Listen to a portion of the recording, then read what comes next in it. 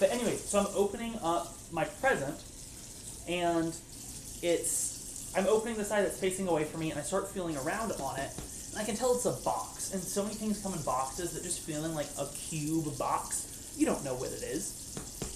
And so I'm guessing, I'm taking like some shots in the dark, I'm missing, and my best friend is sitting across from me, so he can see the part that I've opened, even though I cannot. And he says, okay, I've got one hint for you. And I was like, okay, shoot.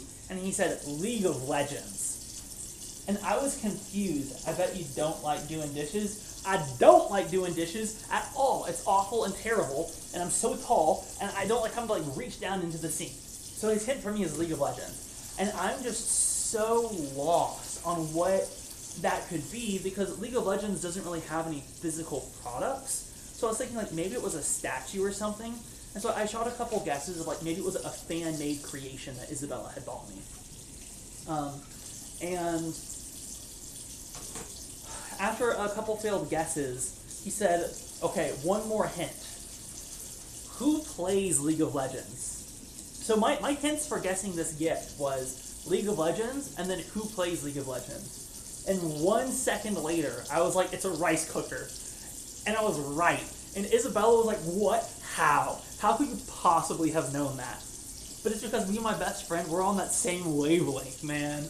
Because immediately I understood who plays League of Legends is really who's good at League of Legends. And who's the best at League of Legends? Maybe the 6-time world champions, the Koreans. And what do the Koreans eat? Rice. And that's how I figured out that it was a rice cooker out of the fucking blue. And it's such a happy memory for me, because there was multiple people there. It was just such a shot in the dark, and I was right, and everyone was so baffled that I was able to make that jump, except for my best friend, who was like, yeah, that was a good hint, wasn't it? So yeah, that's a good memory that I'm glad I got to share with y'all.